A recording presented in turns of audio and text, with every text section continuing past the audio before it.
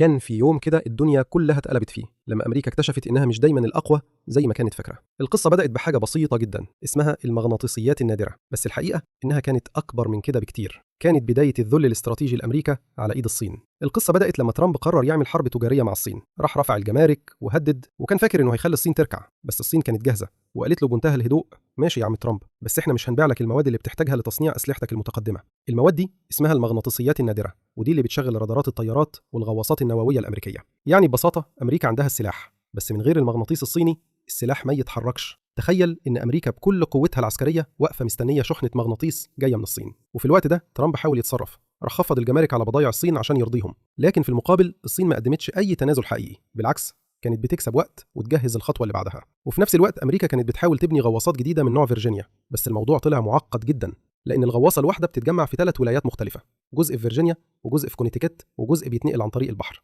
النتيجة بيقدروا يطلعوا غواصة واحدة في السنة، أما الصين بتطلع 6 غواصات في السنة وبتبنيهم في أحواض مغطاة محدش يعرف عنها حاجة. ترامب حاول يحل المشكلة وقال نخلي كوريا الجنوبية تساعدنا، وفعلا بدأوا خطة عشان يعملوا مصنع جديد في فيلادلفيا، بس حتى دي كانت محاولة يائسة لأن العمالة قليلة والشباب الأمريكي مش عايز يشتغل شغل صعب زي بناء غواصات، فاضطروا يعتمدوا على الكوريين. وفي الجانب الثاني من العالم الصين ماشية بخطة ثابتة، عندها كل حاجة: المواد، العمال، المصانع، وحتى التكنولوجيا. روسيا كمان بتتعاون معاها وبتنتج غواصات وصواريخ أسرع من الصوت.